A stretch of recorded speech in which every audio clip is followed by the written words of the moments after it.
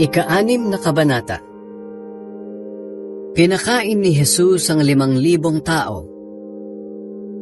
Pagkatapos nito, tumawid si Jesus sa lawa ng Galilea na tinatawag ding lawa ng Tiberias. Sinundan siya ng napakaraming tao dahil nakita nila ang mga himalang ginawa niya sa pagpapagaling ng mga may sakit. Umakyat si Jesus at ang mga tagasunod niya sa isang bundok at naupo roon. Malapit na noon ang pista ng mga Hudyo na tinatawag na pista ng paglampas ng anghel. Nang tumingin si Jesus, nakita niya ang napakaraming taong papalapit sa kanya. Tinanong niya si Felipe, "Saan tayo makakabili ng pagkain para pakainin ang mga taong ito?" Tinanong niya ito upang subukan si Felipe, kahit alam na niya ang kanyang gagawin. Sumagot si Felipe, "Sa dami po nila, ang 8 buwan na sahod ng isang tao ay hindi sapat para pakainin ng kahit tigkakaunti ang bawat isa." Sinabi naman ng isa sa mga tagasunod niyang si Andres na kapatid ni Pedro, "May isang batang lalaki rito na may 5 tinapay at 2 isda, pero kakasya ba naman ito sa dami ng tao?" Sinabi ni Jesus, "Paupuin ninyo ang mga tao." Umupo naman ang mga tao dahil madamo sa lugar na iyon. Ang bilang ng mga lalaki lang ay mga 5,000 na. Kinuha ni Jesus ang tinapay at nagpasalamat sa Diyos. Pagkatapos ipinamahagi ito sa mga tao. Ganoon din ang ginawa niya sa isda at nabusog ang lahat. Pagkakain nila, sinabi ni Jesus sa mga tagasunod niya, "Tipunin niyo ang lahat ng natira para walang masayang." Tinipon nga nila ang natira mula sa 5 tinapay na ipinakain sa mga tao at nakapuno sila ng 12 basket. Nang makita ng mga tao ang himalang ginawa ni Jesus, sinabi nila, "Siguradong ito na nga ang propetang hinihintay nating darating dito sa mundo." Alam ni Jesus na balak ng mga taong kunin siya at sapilitang gawing hari, kaya umalis siya roon at muling umakyat ng mag-isa sa bundok. Lumakad si Jesus sa ibabaw ng tubig. Nang gumagabi na, nagpunta ang mga tagasunod ni Jesus sa tabi ng lawa. Madilim na at wala pa rin si Jesus, kaya sumakay na sila sa isang bangka at tumawid papuntang Capernaum. At habang tumatawid sila, nagsimulang lumakas ang hangin at lumaki ang mga alon. Nang nakasagwa na sila ng mga 6 o 5 kilometro, nakita nila si Jesus na naglalakad sa ibabaw ng tubig, papalapit sa kanilang bangka, at natakot sila. Pero sinabi sa kanila ni Jesus, "Ako ito, huwag kayong matakot." Kaya pinasakay nila si Jesus sa bangka at nakarating agad sila sa kanilang pupuntahan. Hinanap ng mga tao si Jesus. Kinabukasan, naroon pa ang mga tao sa kabila ng lawa, kung saan sila kumain ng tinapay matapos magpasalamat ng Panginoon. Alam nilang iisa lang ang bangka roon ng gabing iyon, at iyon ang sinakyan ng mga tagasunod ni Jesus. Alam din nilang hindi kasamang umalis si Jesus ng mga tagasunod niya. Samantala, may dumating na mga bangka galing sa Tiberias at dumaong malapit sa kinaroroonan ng mga tao. Nang mapansin ng mga tao na wala na roon si Jesus at ang mga tagasunod niya, sumakay sila sa mga bangkang iyon at pumunta sa Capernaum para hanapin si Jesus. Ang pagkaing nagbibigay buhay. Pagdating ng mga tao sa Capernaum, nakita nila si Jesus at tinanong, "Guro, kailan pa po kayo dumating dito?" Sumagot si Jesus sa kanila, "Ang totoo, hinahanap niyo ako hindi dahil sa mga nakita ninyong himala, kundi dahil nakakain kayo ng tinapay at nabusog. Huwag kayong magtrabaho para lang sa pagkaing nasisira, kundi para sa pagkaing hindi nasisira at nakapagbibigay ng buhay na walang hanggan. Ako na anak ng tao ang siyang magbibigay sa inyo ng pagkaing ito, dahil ako ang binigyan ng Ama ng kapangyarihang magbigay nito." Kaya tinanong ng mga tao si Jesus, "Ano po ang dapat naming gawin upang masunod namin ang ipinapagawa ng Diyos?" Sumagot si Jesus, "Ito ang ipinapagawa ng Diyos sa inyo, Manampalataya kayo sa akin na isinugo niya. Nagtanong ang mga tao, anong himala po ang maipapakita nyo para manampalataya kami sa inyo? Ang ating mga ninuno ay kumain ng mana noong nasa ilang sila, sapagkat ayon sa kasulatan, binigyan sila ni Moises ng tinapay na mula sa langit. Sinabi ni Jesus sa kanila, sinasabi ko sa inyo ang totoo. Hindi si Moises ang nagbigay sa mga ninuno ninyo ng tinapay mula sa langit, kundi ang aking Ama. Siya ang nagbibigay sa inyo ng tunay na tinapay mula sa langit. Sapagkat ang tinapay na ibinibigay ng Diyos ay walang iba kundi siya na bumaba mula sa langit at nagbibigay buhay sa mga tao sa mundo. Sinabi ng mga tao, palagi niyo po kaming bigyan ng sinasabi niyong tinapay. Sinabi ni Jesus sa kanila, ako ang tinapay na nagbibigay buhay. Ang sino mang lumalapit at sumasampalataya sa akin ay hindi na magugutom o mauuhaw kailanman.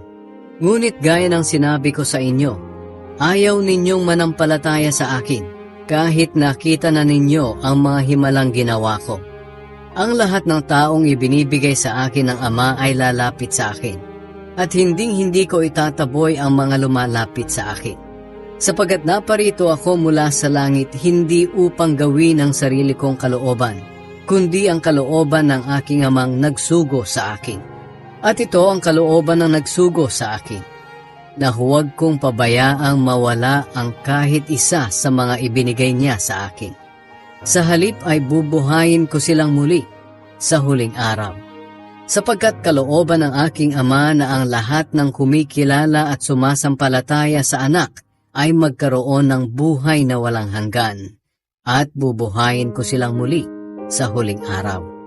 Samantala nagbulong-bulungan ang mga Hudyo dahil sinabi ni Jesus na siya ang tinapay na mula sa langit.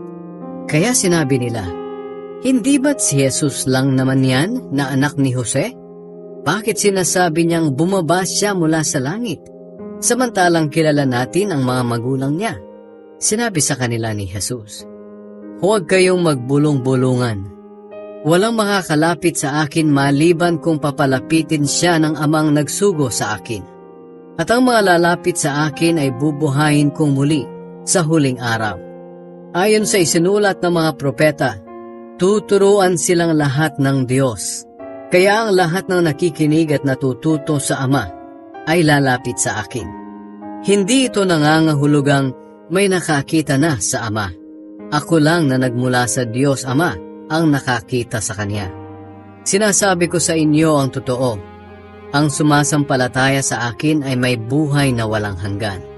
Dahil ako ang tinapay na nagbibigay buhay. Kumain ng mana ang mga ninuno ninyo noong nasa ilang sila. Ngunit namatay din silang lahat. Pero narito ang tinapay na mula sa langit, at hindi na mamamatay ang sino mang kumain nito. Ako ang tinapay na mula sa langit. Mabubuhay magpakailanman ang sino mang kumain ng tinapay na ito. Sapagkat ang ibibigay kong tinapay para magkaroon ng buhay na walang hanggan ng mga tao sa mundo ay walang iba, kundi ang aking katawan. Nagtalo-talo ang mga Hudyong nakikinig kay Jesus. Sinabi nila, paano maibibigay sa atin ng taong ito ang kanyang katawan para kainin? Sinabi ni Jesus sa kanila, sinasabi ko sa inyo ang totoo. Malibang kainin ninyo ang katawan ng anak ng tao at inumin ang kanyang dugo, hindi kayo magkakaroon ng buhay na walang hanggan. Pero ang kumakain ng aking katawan at umiinom ng aking dugo ay may buhay na walang hanggan, at bubuhayin ko siyang muli sa huling araw. Sapagkat ang aking katawan ay tunay na pagkain, at ang aking dugo ay tunay na inumin. Ang kumakain ng aking katawan at umiinom ng aking dugo ay nananatili sa akin, at ako naman sa Kanya.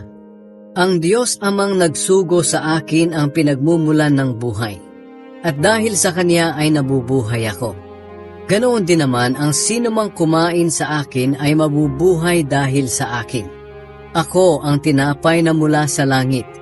Hindi ito tulad ng mana na kinain ng inyong mga ninuno, dahil namatay pa rin sila kahit kumain sila noon. Ngunit ang sino mang kumain ng tinapay na ito ay mabubuhay magpakailanman. Sinabi ni Jesus ang mga bagay na ito nang nangangaral siya sa sambahan ng mga Hudyo sa Capernaum. Ang mga salitang nagbibigay ng buhay na walang hanggan. Nang marinig iyon ng mga tagasunod ni Jesus, marami sa kanila ang nagsabi, "Mabigat ang itinuturo niya. Sino ang makakatanggap nito?"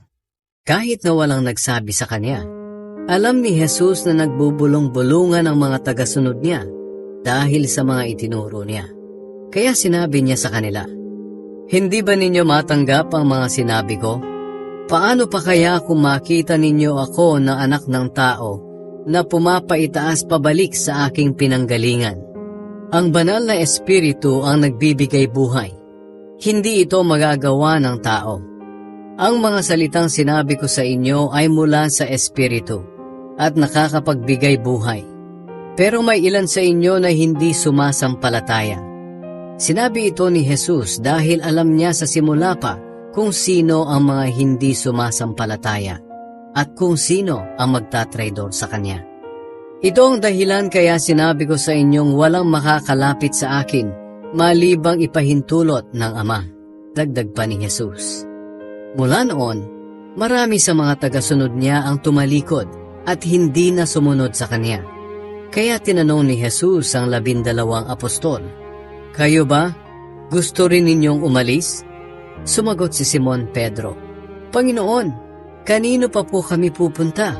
Kayo lang ang may mensaheng nagbibigay ng buhay na walang hanggan. Sumasampalataya kami sa inyo at alam naming kayo ang banal na sugo ng Diyos." Sinabi ni Jesus sa kanila, "Hindi ba't pinili ko kayong 12? Pero ang isa sa inyo ay Diablo." Ang tinutukoy ni Jesus ay si Judas na anak ni Simon Iscariote. Dahil kahit kabilang si Judas sa 12 apostol, tatraidorin niya si Jesus sa bandang huli. Ikapitong kabanata. Si Jesus at ang kanyang mga kapatid. Pagkatapos nito, nilibot ni Jesus ang Galilea. Iniwasan niyang pumunta sa Judea dahil gusto siyang patayin ng mga pinuno ng mga Hudyo roon. Nang malapit na ang pista ng mga Hudyo na tinatawag na pista ng pagtatayo ng mga kubol, sinabi ng mga kapatid ni Jesus sa kanya, "Bakit hindi ka umalis dito at pumunta sa Judea para makita ng mga tagasunod mo ang mga ginagawa mo? Dahil walang taong gumagawa ng patago kung gusto niyang sumikat. Gumagawa ka na rin lang ng himala, ipakita mo na sa lahat." Sinabi ito ng mga kapatid ni Jesus dahil kahit sila ay hindi sumasampalataya sa kanya. Kaya sinabi ni Jesus sa kanila, "Hindi pa ngayon ang panahon para sa akin. Pero kayo, pwede niyong gawin kahit anong oras ang gusto ninyo. Hindi sa inyo napupuot ang mga taong makamundo. Ngunit sa akin sila napupuot dahil inilalantad ko ang kasamaan nila. Kayo na lang ang pumunta sa pista. Hindi ako pupunta dahil hindi pa ito ang panahon ko." Pagkasabi niya nito, nagpaiwan siya sa Galilea. Pumunta si Jesus sa pista. Pagkaalis ng mga kapatid ni Jesus papunta sa pista, pumunta rin si Jesus, pero palihim. Doon sa pista, hinahanap siya ng mga pinuno ng mga Hudyo. "Nasaan kaya siya?" tanong nila. Maraming bulong-bulungan ang mga tao tungkol kay Jesus.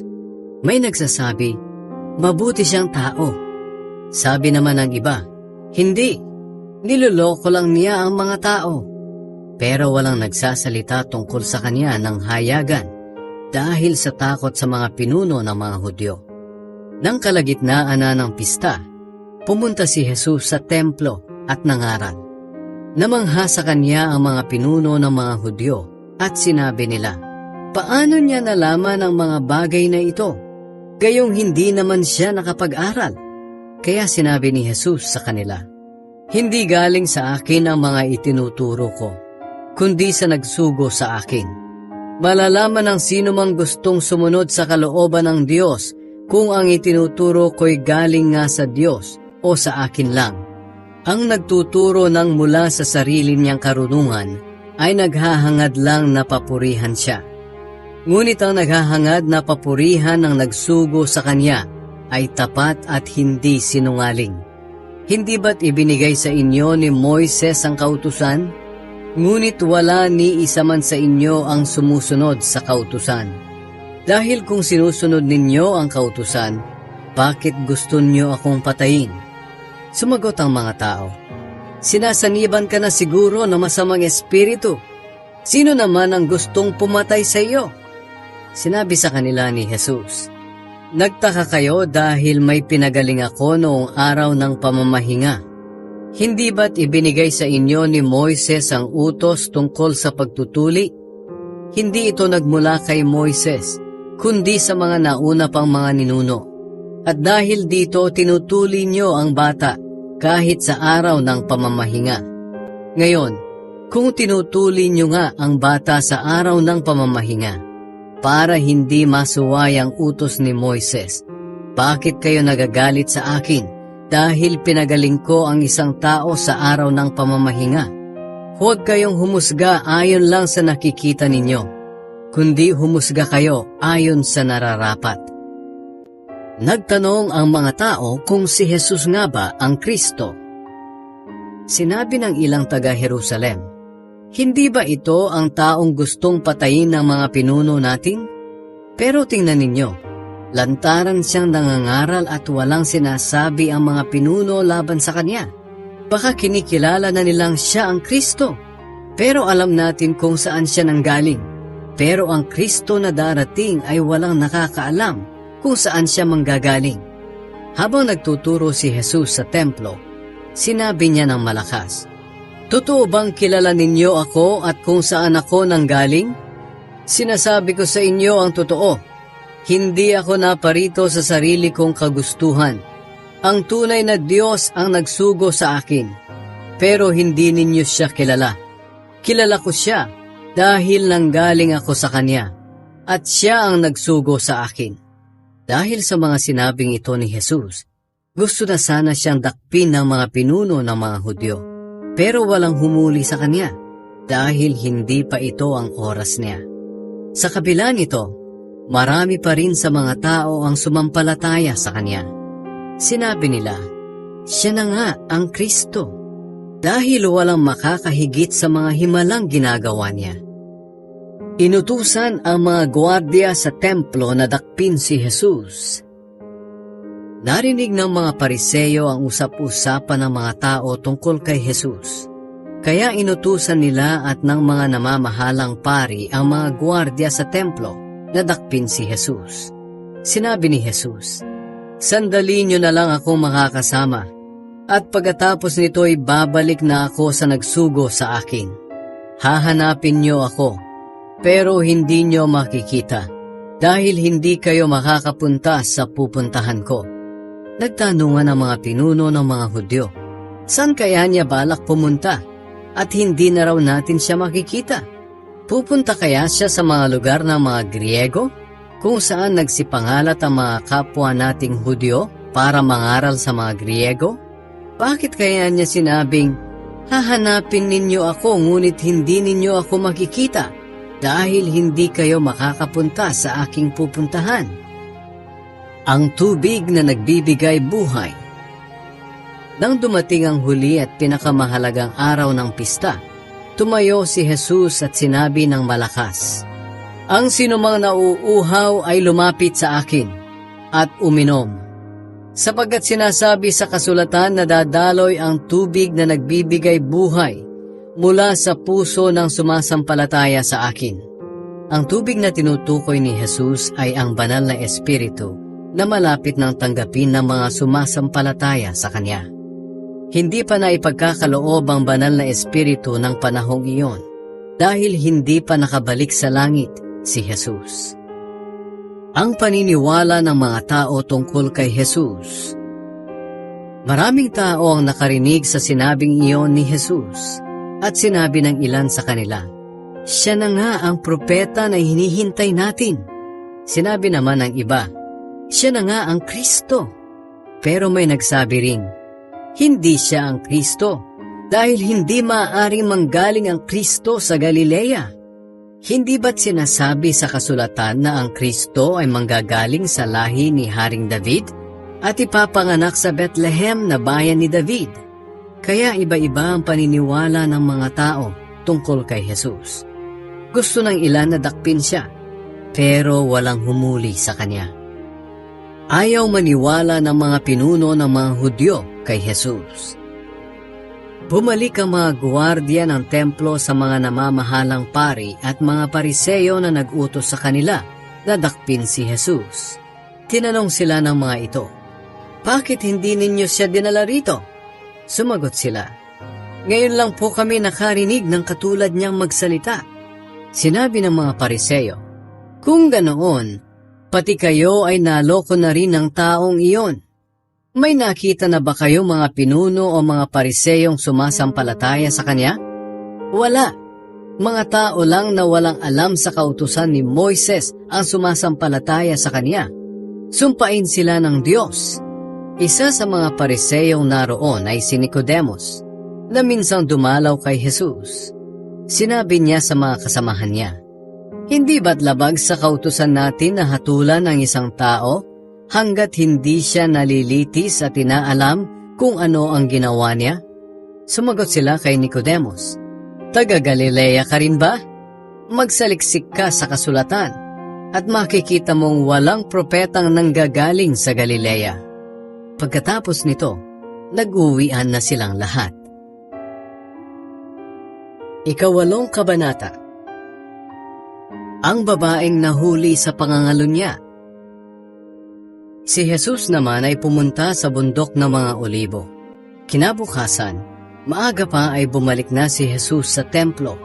Maraming tao ang lumapit sa kanya, kaya umupo siya at nangaral sa kanila. Dumating ang mga tagapagturo ng kautusan at mga pariseyo na may dalang babae na nahuli sa pangangalunya. Pinatayo nila ang babae sa harap ng mga tao at sinabi nila kay Jesus, "Guro, ang babaeng ito'y nahuli sa pangangalunya. Ayon sa kautusan ni Moises, ang mga babaeng tulad niya ay dapat batuhin hanggang sa mamatay. Anong masasabi mo?" Itinanong nila ito upang hanapan ng maipaparatang laban sa kanya. Pero yumuko lang si Jesus at sumulat sa lupa sa pamamagitan ng kanyang daliri. Pero paulit-ulit silang nagtanong. Kaya tumayo si Jesus at sinabi sa kanila, "Kung sino sa inyo ang walang kasalanan ay siya ang maunang bumato sa kanya." At muli siyang yumuko at nagsulat sa lupa. Nang marinig nila iyon, isa-isa silang umalis mula sa pinakamatanda hanggang si Jesus na lang at ang babae ang naiwan. Tumayo si Jesus at sinabi sa babae, "Babae, nasaan na sila? May humatol ba sa iyo?" Sumagot ang babae, "Wala po." Sinabi ni Jesus sa kanya, "Hindi rin kita hahatulan. Maaari ka nang umalis, pero huwag ka na muling magkasala." Si Jesus ang ilaw ng mundo. Muling nagsalita si Jesus sa mga tao, "Ako ang ilaw ng mundo. Ang sumusunod sa akin ay hindi na mamumuhay sa kadiliman, kundi magkakaroon ng ilaw na nagbibigay buhay." Nang marinig ito ng mga pariseyo, sinabi nila, "Ikaw lang naman ang nagpapatotoo tungkol sa sarili mo, kaya hindi ka paniniwalaan." Sumagot si Jesus, "Kahit na nagpapatotoo ako tungkol sa aking sarili, ang sinasabi ko ay totoo, dahil alam ko kung saan ako nanggaling at kung saan ako pupunta. Ngunit kayo, hindi ninyo alam kung saan ako nanggaling at kung saan ako pupunta. Humahatol kayo ayon sa pamamaraan ng tao, pero ako ay hindi humahatol kanino man. Kung hahatol man ako ay tama ang hatol ko. Dahil hindi ako humahatol ng mag-isa, kundi ako at ang Amang nagsugo sa akin. Hindi ba't nakasulat sa kautusan ninyo na kapag tugma ang patotoo ng dalawang saksi, nangangahulugang totoo ang kanilang sinasabi? Nagpapatotoo ako tungkol sa aking sarili. at ang amang nagsugo sa akin ay nagpapatotoo rin tungkol sa akin. Nagtanong ang mga Pariseo, "Nasaan ba ang iyong ama?" Sumagot si Jesus, "Hindi niyo ako kilala o ang aking ama. Kung kilalasanan niyo ako, makikilala niyo rin ang aking ama." Ang mga ito'y sinabi ni Jesus nang nangangaral siya sa templo, malapit sa lalagyan ng mga kaloob. Pero walang nagtangkang dumakip sa kanya dahil hindi pa dumarating ang oras niya. Si Jesus ay hindi taga-mundo. Muling nagsalita si Jesus sa mga pinuno ng mga Hudyo, "Aalis ako at hahanapin niyo ako.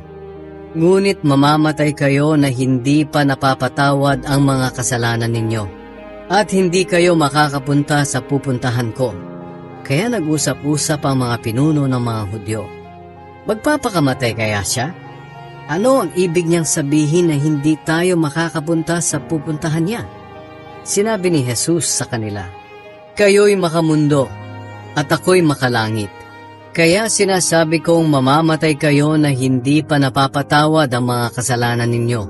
Sapagkat kung hindi kayo maniniwala na ako ang Kristo, tiyak na mamamatay kayo na hindi pa napapatawad ang mga kasalanan ninyo." "Bakit? Sino ka ba talaga?" tanong nila. Sumagot si Jesus, "Hindi ba't noong una pa ay sinabi ko na sa inyo kung sino ako? Marami akong masasabi at maihahatol laban sa inyo. Sinasabi ko sa inyo ang totoo.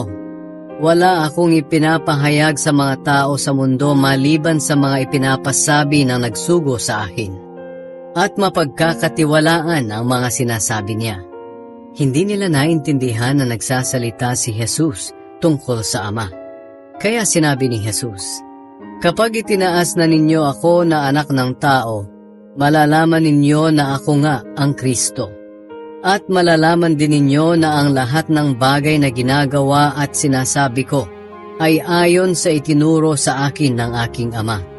Lagi kong kasama ang nagsugo sa akin, at hindi niya ako pababayaang mag-isa, dahil lagi kong ginagawa ang mga bagay na kalugod-lugod sa Kanya." Nang marinig ng mga tao ang mga sinabi ni Jesus, marami sa kanila ang sumampalataya sa Kanya. Ang katotohanang nagpapalaya sa tao. Sinabi ni Jesus sa mga Hudyong sumampalataya sa Kanya, "Kung patuloy kayong susunod sa aral ko, totoo ngang mga tagasunod ko kayo.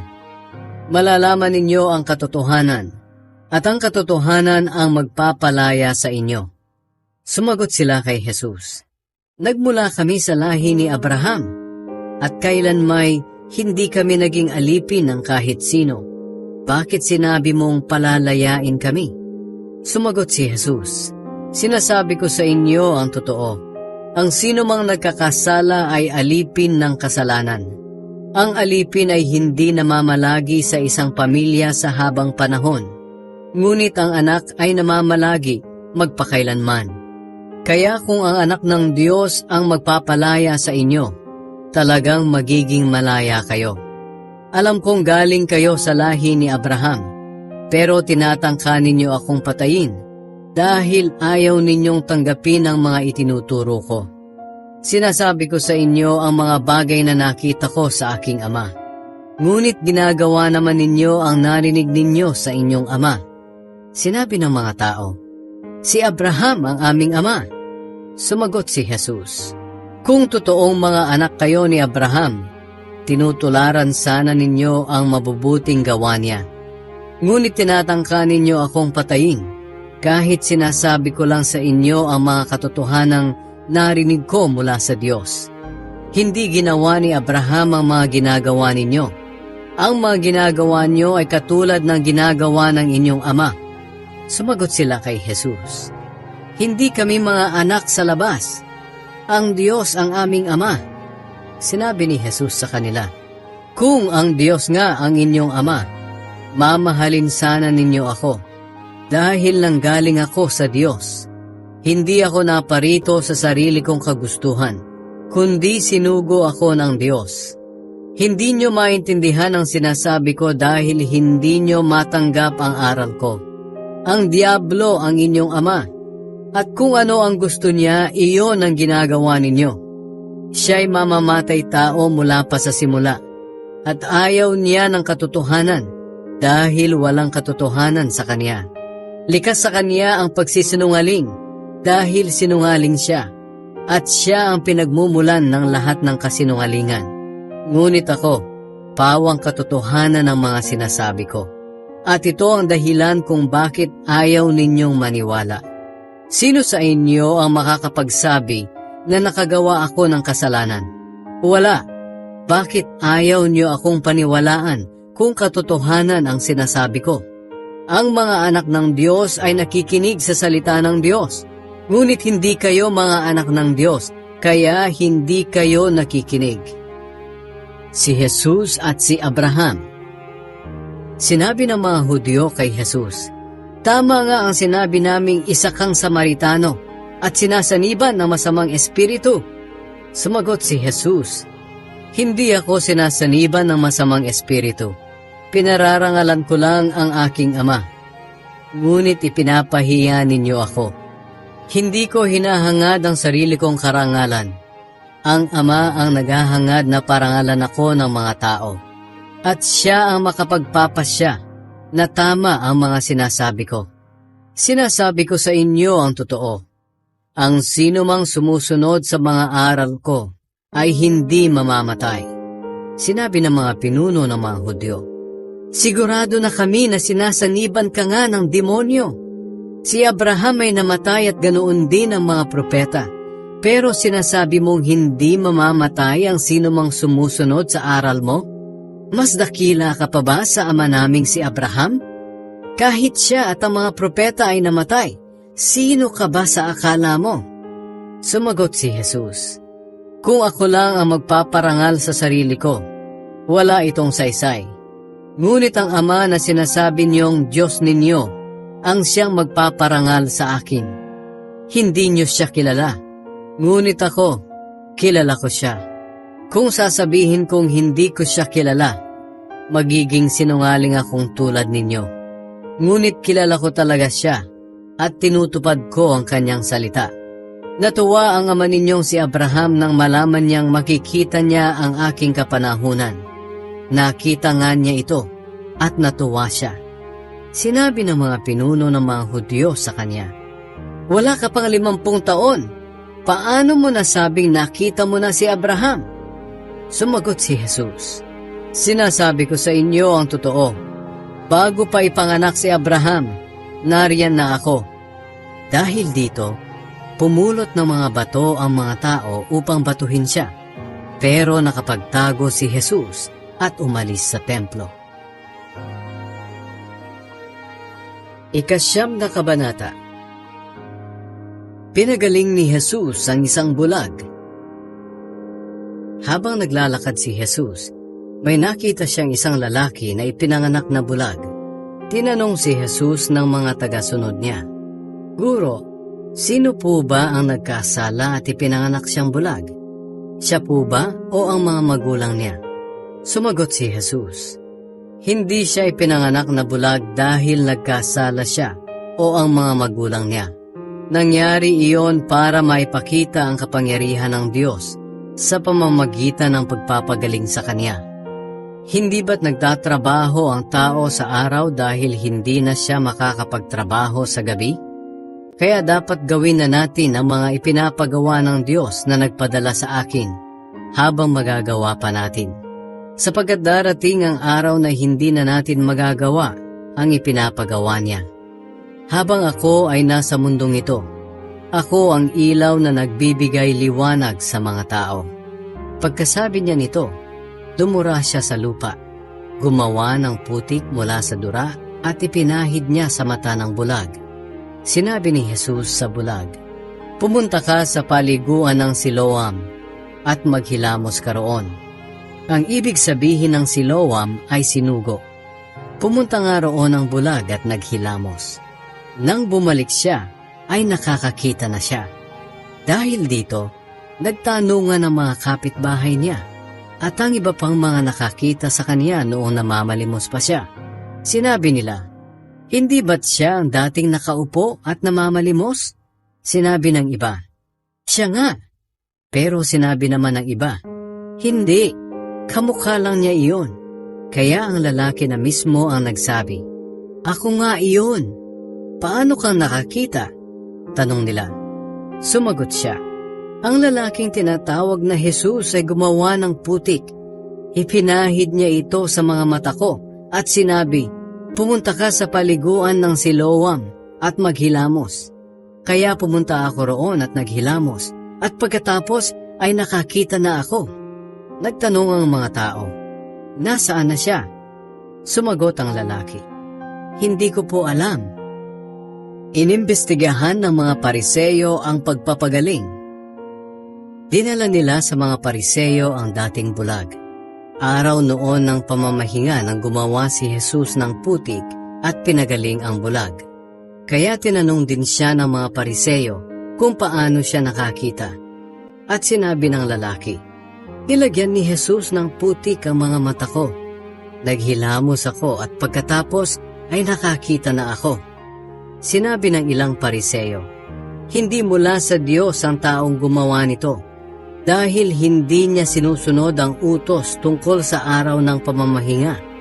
Pero sinabi naman ng iba, "Kung makasalanan siya, paano siya makakagawa ng ganitong himala?" Hindi magkasundo ang mga opinyon nila tungkol kay Jesus. Kaya tinanong ulit ng mga Pariseyo ang dating bulag, "Ano ang masasabi mo tungkol sa kanya? Dahil pinagaling kanya?" Sumagot ang lalaki, "Isa po siyang propeta." Pero ayaw pa rin maniwala ng mga pinuno ng mga Hudyo na siya nga ang dating bulag na ngayon ay nakakakita na. Kaya ipinatawag nila ang mga magulang niya at tinanong, "Anak niyo ba ito? Totoo bang ipinanganak siyang bulag? Bakit nakakakita na siya ngayon?" Sumagot ang mga magulang, "Anak nga po namin siya, at ipinanganak nga siyang bulag. Pero hindi namin alam kung paano siya nakakita at kung sino ang nagpagaling sa kanya. Siya na lang po ang tanungin ninyo. Nasa tamang edad na siya at kaya na niyang sumagot para sa sarili niya." Ito ang sinabi ng mga magulang ng lalaki dahil sa takot sa mga pinuno ng mga Hudyo. Sapagkat napagkasunduan na ng mga pinuno ng mga Hudyo na ang sino mang kikilala kay Jesus bilang Kristo ay hindi natatanggapin sa sambahan nila. Kaya ganito ang sinagot ng mga magulang, "Nasa tamang edad na siya. Siya na lang po ang tanungin ninyo." Kaya ipinatawag nila ulit ang dating bulag at sinabi sa kanya, "Sumumpa ka sa harap ng Diyos na sasabihin mo ang totoo. Alam naming makasalanan ang taong iyon." Sumagot ang lalaki, "Hindi ko po alam kung makasalanan siya o hindi. Ang alam ko lang ay dati akong bulag, pero nakakakita na ngayon." Tinanong pa nila ang lalaki, "Ano ang ginawa niya sa iyo? Paano kanya pinagaling?" Sumagot siya, "Sinabi ko na po sa inyo pero ayaw naman ninyo maniwala. Bakit gusto ninyong marinig ulit ang sagot ko? Gusto po ba ninyong maging mga tagasunod niya?" Kaya nagalit sila at ininsulto ang lalaki. Sinabi nila, "Tagasunod ka niya, pero kami ay mga tagasunod ni Moises. Alam naming nagsalita ang Diyos kay Moises, pero ang taong iyon ay hindi namin alam kung saan nanggaling." Sumagot ang lalaki, "Iyan nga po ang nakapagtataka. Hindi niyo alam kung saan siya nanggaling, pero pinagaling niya ang mata ko. Alam nating hindi pinapakinggan ng Diyos ang mga makasalanan, pero ang sino mang may takot sa Diyos at gumagawa ng kanyang kalooban ay pinakikinggan niya. Kailan may wala pa tayong narinig na may taong nakapagpagaling ng taong ipinanganak na bulag. Kung hindi nanggaling sa Diyos ang taong iyon, hindi niya magagawa ang himalang ito." Sumagot ang mga pinuno ng mga Hudyo, "Ipinanganak kang makasalanan. At ang lakas pa ng loob mo ngayon na pangaralan kami?" At pinagbawalan nila siyang pumasok sa sambahan nila. Ang espiritual na pagkabulag. Nabalitaan ni Jesus na pinagbawalang pumasok sa sambahan ng dating bulag. kaya hinanap niya ito. At nang matagpuan niya, tinanong niya ito, "Sumasampalataya ka ba sa anak ng tao?" Sumagot ang lalaki, "Sino po siya? Sabihin niyo po sa akin upang sumampalataya ako sa kanya." Sinabi ni Jesus sa kanya, "Nakita mo na siya, at siya ang kausap mo ngayon." Sinabi agad ng lalaki, "Panginoon, sumasampalataya po ako sa inyo." At lumuhod siya at sumamba kay Jesus. Sinabi pa ni Jesus, "Naparito ako sa mundo upang hatulan ang mga tao. Ang mga taong umaaming bulag sila sa katotohanan ay makakakita. Ngunit ang mga nagsasabing hindi sila bulag sa katotohanan ay hindi makakakita." Narinig ito ng ilang pariseyong naroon at nagtanong sila, "Sinasabi mo bang mga bulag din kami?" Sumagot si Jesus, "Kung inaamin niyong mga bulag kayo sa katotohanan, wala sana kayong kasalanan. Ngunit dahil sinasabi ninyong hindi kayo bulag, nangangahulugan ito na may kasalanan pa rin kayo." Ika-10 Kabanata. Ang tunay na pastol. Nagsalita si Jesus sa pamamagitan ng paghahalintulad. Sinabi niya, "Sinasabi ko sa inyo ang totoo. Ang pumapasok sa kulungan ng mga tupa nang hindi dumadaan sa pintuan, kundi umaakyat sa pader ay magnanakaw at tulisan. Ngunit ang dumadaan sa pintuan ay ang pastol ng mga tupa. Pinapapasok siya ng tagapagbantay sa pintuan at kilala ng mga tupa ang boses niya. Tinatawag niya ang mga tupa sa kani-kanilang pangalan at inilalabas sa kulungan. Kapag nailabas na niya ang mga tupa, nauuna siya sa kanila at sumusunod naman ang mga tupa dahil kilala nila ang boses niya. Ngunit hindi nila susundin ang iba. Sa halip ay agad pa nga nila itong lalayuan dahil hindi nila kilala ang boses nito."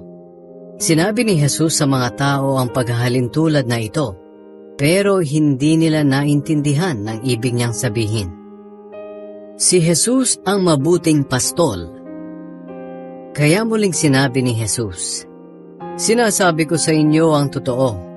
Ako ang pintuan na dinadaanan ng mga tupa. May mga tagapagturo na nauna sa akin, na ang katulad ay mga magnanakaw at mga tulisan. Ngunit hindi sila pinakinggan ng aking mga tupa. Ako ang pintuan. Ang sinumang pumasok sa pamamagitan ko ay maliligtas. Magiging katulad siya ng tupa na malayang nakakapasok at nakakalabas ng kulungan, at makakatagpo siya ng pastulan. Dumarating ang magnanakaw para lang magnakaw, pumatay at mangwasak.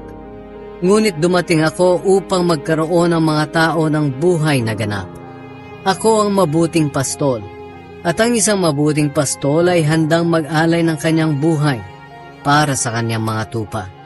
Hindi siya katulad ng bayarang pastol ng mga tupa, sapagkat ang ganitong tagapagbantay ay tumatakas at iniiwan ng mga tupa kapag nakakita ng asong lobo na paparating.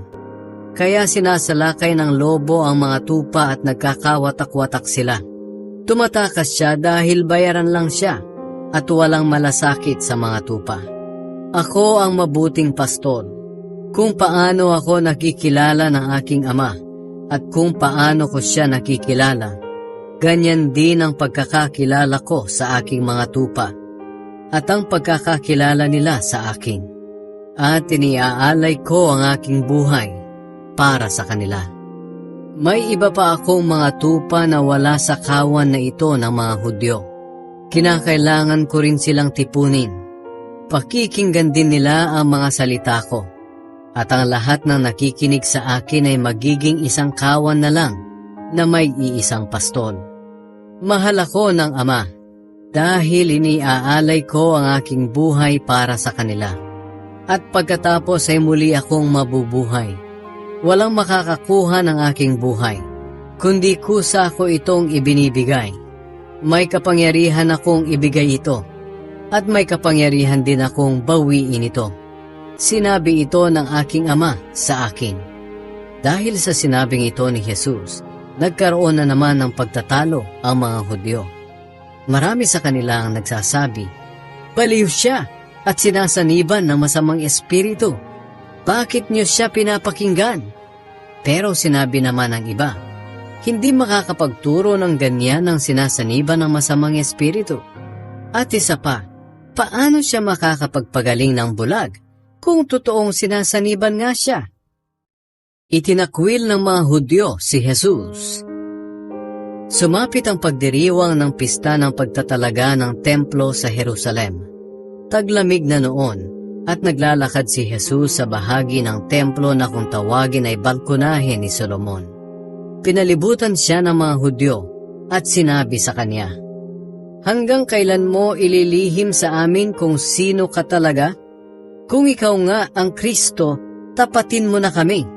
Sumagot si Jesus sa kanila, "Sinabi ko na sa inyo kung sino ako, pero ayaw naman ninyong maniwala. Ang mga ginawa kong himala sa pangalan ng aking Ama ang nagpapatunay kung sino ako. Ngunit ayaw niyong maniwala sa akin dahil hindi kayo kabilang sa aking mga tupa. Nakikinig sa akin ang aking mga tupa. Kilala ko sila at sumusunod sila sa akin. Binibigyan ko sila ng buhay na walang hanggan, at kailanman ay hindi sila mapapahamak. Walang makakaagaw sa kanila sa aking kamay. Ibinigay sila sa akin ng Ama na higit na makapangyarihan sa lahat. Walang makakaagaw sa kanila mula sa kamay ng aking Ama. Ako at ang Ama ay iisa." Nang marinig ito ng mga Hudyo, muli silang dumampot ng mga bato para batuhin siya. Pero sinabi sa kanila ni Jesus, "Ipinakita ko sa inyo ang maraming mabubuting gawa na ipinapagawa sa akin ng Ama. Alin sa mga ito ang dahilan kung bakit niyo ako babatuhin?" Sumagot sila, "Hindi ka namin babatuhin dahil sa mabubuti mong gawa, kundi dahil sa paglapastangan mo sa Diyos. Sapagkat sinasabi mong ikaw ay Diyos, gayong tao ka lang." Sumagot si Jesus, "Hindi ba't nakasulat sa kautusan na sinabi ng Diyos na kayo'y mga Diyos? At hindi natin maaaring balewalain ang kasulatan. Kaya kung tinawag niyang Diyos sa mga binigyan niya ng mensahe niya, bakit niyo sinasabing nilalapastangan ko ang Diyos dahil sa sinabi kong ako'y anak ng Diyos? Pinili ako ng Ama at sinugo niya rito sa mundo. Kung hindi ko ginagawa ang mga ipinapagawa ng Ama, huwag kayong maniwala sa akin. Ngunit kung ginagawa ko ang mga ipinapagawa ng aking Ama, kahit ayaw niyong maniwala sa akin, paniwalaan niyo ang mga ginawa ko, upang maunawaan niyo na ang Ama ay nasa akin, at ako ay nasa aking Ama." Tinangka na naman nilang dakpin si Jesus, pero nakatakas siya. Bumalik si Jesus sa kabila ng ilog ng Jordan, sa lugar na pinagbautismohan noon ni Juan. Nanatili siya roon at maraming tao ang pumunta sa kanya. Sinabi nila, "Wala ngang ginawang himala si Juan, pero totoong lahat ang sinabi niya tungkol sa taong ito." At marami sa mga naroon ang sumampalataya kay Jesus.